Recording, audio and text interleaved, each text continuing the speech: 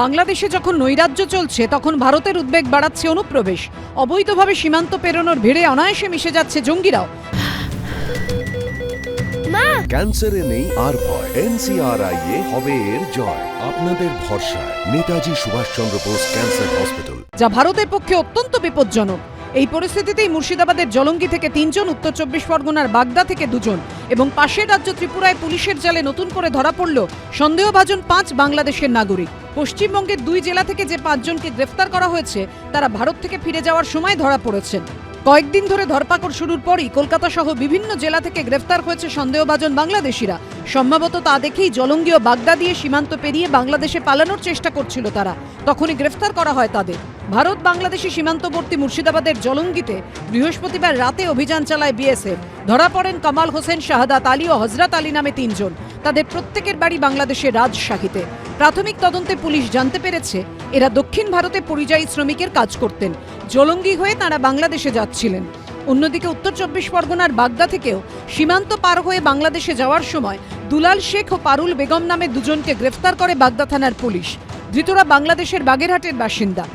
ধরপাকড় হয়েছে অনেকগুলো, একটা রাজনৈতিক প্রেশারও আছে এবং হয়তো তাই জন্য একটা কিছুটা হলেও সক্রিয়তা বেড়েছে রাজ্য পুলিশের এবং সেন্ট্রাল বিএসএফ ফোর্সেরও, তাদের উপরও চাপ এসছে এবং সেখান থেকে মনে হয় যেই চাপটা এসছে তো লোকে তখন পালাতে চাইবে, যে ধরা পড়লে তো বিশাল ব্যাপার, ফেসে যাবে, তো হয়তো গা ঢাকা দিতে চাইবে, পালাতে যাবে এবং তাতে কিছু হয়তো ধরা পড়ছে, কিছু সাকসেসফুলি পালাচ্ছে। এটা একটা ভালো দিক, ইতিবাচক দিক।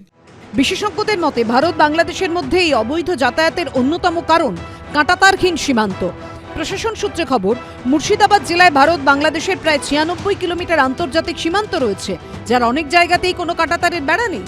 আর উত্তর 24 পরগনার সঙ্গে বাংলাদেশের 286 কিলোমিটার সীমান্ত, তার মধ্যে মাত্র 95 কিলোমিটারে রয়েছে কাঁটাতার, মানে 189 কিলোমিটারে বেড়া নেই। শুক্রবার এই 2 জেলা দিয়ে বাংলাদেশে পালানোর সময় ধরা পড়ল অবৈধ অনুপ্রবেশকারী। অন্যদিকে ত্রিপুরা সীমান্ত দিয়ে ফের ভারতে অনুপ্রবেশ করতে গিয়ে ধরা পড়ল বাংলাদেশের নাগরিক। আগরতলা রেল স্টেশন থেকে গ্রেফতার করা হয়েছে 7 জনকে। তাদের মধ্যে 5 জন বাংলাদেশের নাগরিক, 4 জনের বাড়ি চট্টগ্রামের কক্সবাজারে, 1 জন ঢাকার জালালবাগের বাসিন্দা। ধৃতদের মধ্যে 2 ভারতীয় দালালও রয়েছেন, যাদের একজন বাঁকুড়া আর একজন উত্তর 24 পরগনার বাসিন্দা।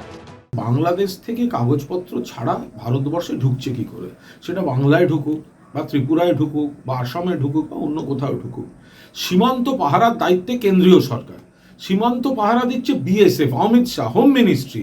তাহলে ঢুকছে কি করে তারা? কিছুদিন আগে ত্রিপুরায় ধরা পড়লো দালাল এজেন্ট সহ, আসাম থেকে ধরা পড়েছে, বাংলা থেকেও ধরা পড়ছে, কিন্তু ঢুকছে কি করে? এটা তো অমিত শাহ ডিপার্টমেন্ট। বেশ কয়েকটি জায়গায় সীমান্তের কাঁটাতারের বেড়া না থাকার জন্য, কারণ ডিসপিউট আছে যে 0 পয়েন্ট কোনটা, তো স্বাভাবিকভাবে সেখানে ফেন্সিংয়ের কাজ আটকে আছে। আর পশ্চিমবঙ্গ তো সবার উপরে, পশ্চিমবঙ্গ তো দিচ্ছেই না জমি, অত ফেন্সিং হওয়ার কোনো কারণ নেই। বিএসএফের নজরদারি পর্যাপ্ত পরিমাণে আছে, কেন্দ্র থেকে বিশেষভাবে নির্দেশ এসেছে নজরদারি চালানোর জন্য এবং সেই জন্য ধরাও পড়ছে। সম্প্রতি ত্রিপুরা পুলিশ সূত্রে দাবি করা হয়, গত 5 মাসে শুধুমাত্র আগরতলা রেল স্টেশন থেকে 10 জন রোহিঙ্গা সহ প্রায় 100 জন বাংলাদেশি নাগরিককে গ্রেফতার করা হয়েছে। প্রসেনজিৎ সাহা, রাজীব চৌধুরী ও সমীরণ পালের রিপোর্ট, এবিপি আনন্দ।